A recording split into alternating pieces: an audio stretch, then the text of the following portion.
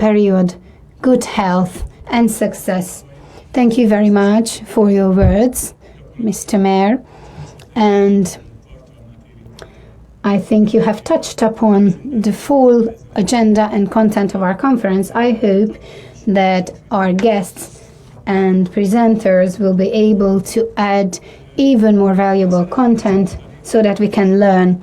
I would like to say that let's go through the order of the presenters and the agenda. First, we planned, and I've been thinking how to put it nicely, that traditionally, I wanted to use the word traditionally, but this is the second time we organized the conference. The first time we also organized a block where the participating countries, ambassadors to Hungary, said their greeting words first. This is the way we want to do it now as well. We hope that the technology will be friendly and nice to us. And so first, I would like to ask Ms. Desirée Bonis, Ambassador to the Netherlands in Hungary. I would like to give the floor to her first to say her greeting words. Thank you very much. Can you hear me? See me? Jó reggelt kívánunk nagykövet asszonynak. Yes?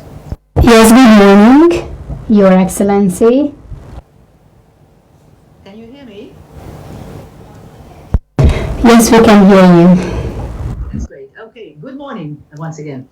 Honorable Mayor Todt of the Budapest 13th District, dear colleagues, fellow speakers and dear participants.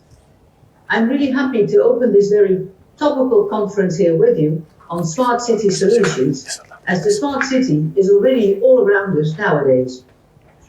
For the first time in history, more than half of the world's population lives in cities.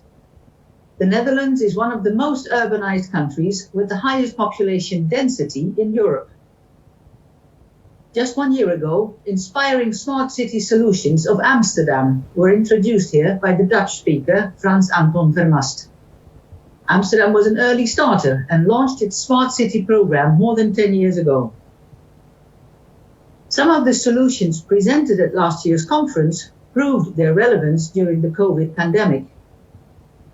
For example, the first sensor-based crowd monitoring system was very useful to check which parts of the city were best to be avoided due to their crowdedness. Ladies and gentlemen, there are basically two approaches to the smart city concept. One approach is to build a very technology-intensive city. Sensors everywhere, the buildings are intelligent, the metering is smart, etc. The other approach is based on a relationship between citizens and local governments leveraged by technology.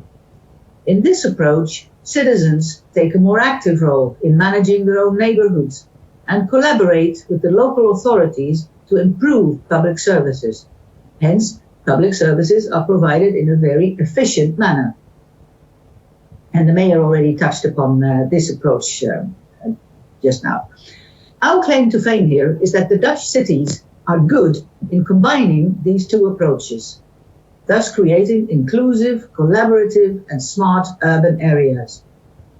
Beside the model of Amsterdam, which was presented here last year, Rotterdam offers an equally excellent example of the Dutch approach, and we are happy to share it today with you in this conference. Let me start by referring to a Dutch saying, Amsterdam is to party, The Hague is to live, and Rotterdam is to work. Rotterdam boasts Europe's largest maritime port. It's one of the world's most important shipping and logistic hubs. It is often referred to as the gateway to Europe, as it sits in the Rhine-Meuse-Scheldt Delta, an important trading route. The near-complete destruction of the city centre in the Second World War has resulted in a varied architectural landscape.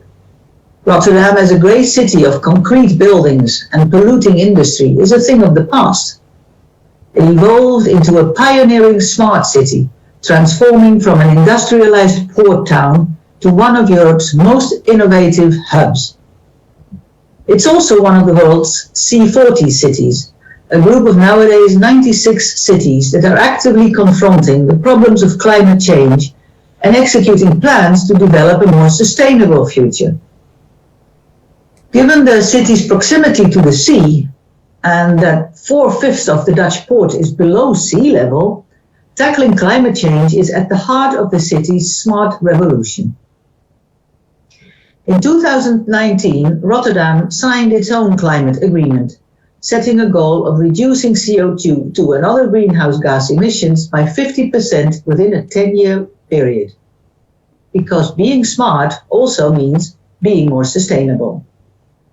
Rotterdam started its Smart City program 6 years ago, and by now it is one of the priorities of the urban planning and economic development goals of the municipality. So it is time to introduce our Dutch speaker of this year, Mr. Frank Viveen. Mr. Frank Viveen is the city lead for the Smart City program of the City of Rotterdam. This program focuses on different themes with an emphasis on the digital economy, digital infrastructures, and digital innovation ecosystems. I wish you all a wonderful meetup to the benefit of all city dwellers, be it in Budapest 13th District, in Rotterdam, or around the world. Thank you very much.